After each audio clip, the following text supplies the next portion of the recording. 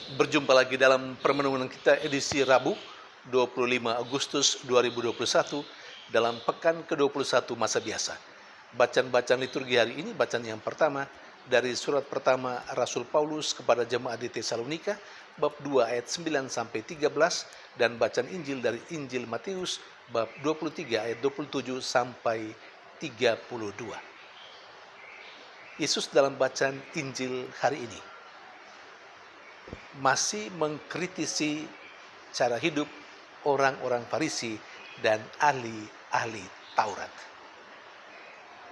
Yang dikritisi Yesus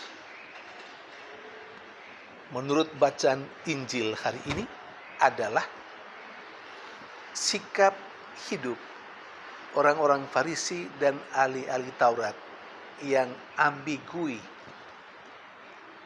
yang boleh kita katakan lain di depan, lain di belakang, lain di bibir, lain di hati. Sikap hidup yang tidak jujur, itu yang dikritisi. Dan kritikan ini digambarkan dalam bacaan Injil dengan istilah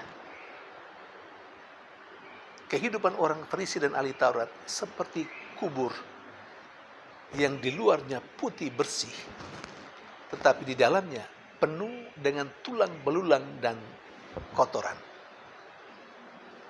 Saudari dan saudara yang terkasih, apakah ada kemungkinan Tuhan menemukan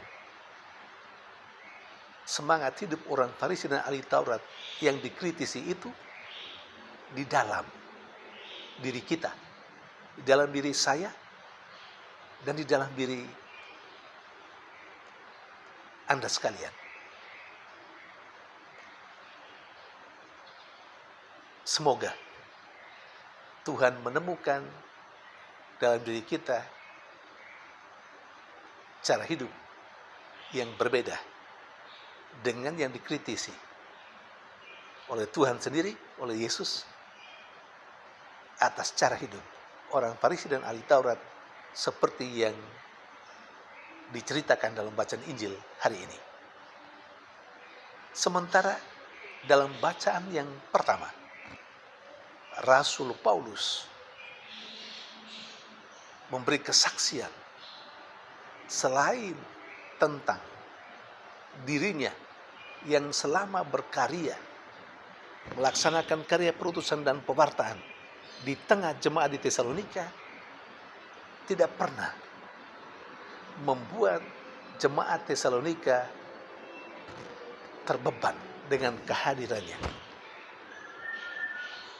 Paulus mengatakan bahwa memang dia bekerja untuk jemaat di sana dalam karya pelayanan, karya pewartaan. Tapi untuk hidupnya sendiri, itu tidak dibebankan kepada jemaat. Dia berjuang sendiri untuk hidup dirinya sendiri. Dan yang lebih penting, dalam bacaan pertama yang sama ini juga, Paulus mengucap syukur kepada Tuhan bahwa jemaat di Tesalonika bertumbuh dalam hidup beriman. Poinnya adalah Paulus mengucap syukur bukan karena kehebatan dirinya, tetapi Paulus mengucap syukur karena jemaat di Tesalonika bisa menghayati hidup berimannya dengan baik.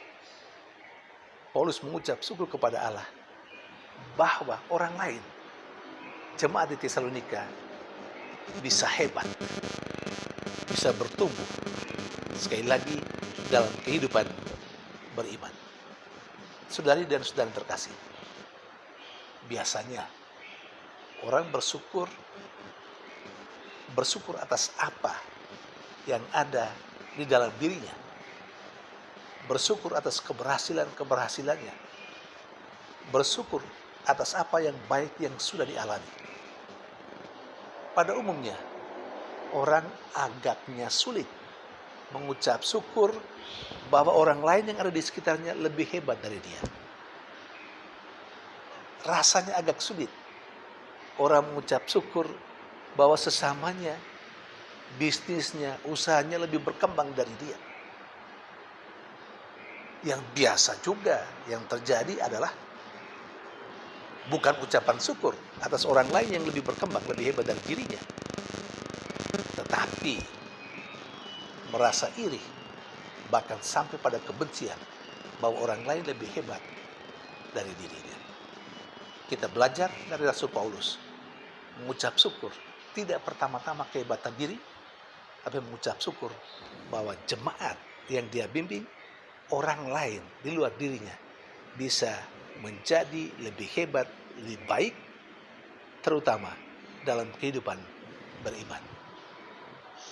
Semoga kita menjadi manusia yang merasa bahwa orang lain yang ada di sekitarnya, di sekitar kita, adalah saudari-saudara kita, bagian dari hidup kita. Karena itu kita juga merasa berbangga bahwa orang lain lebih hebat dari kita, dan kita bisa belajar dari mereka, dan bukan sebaliknya.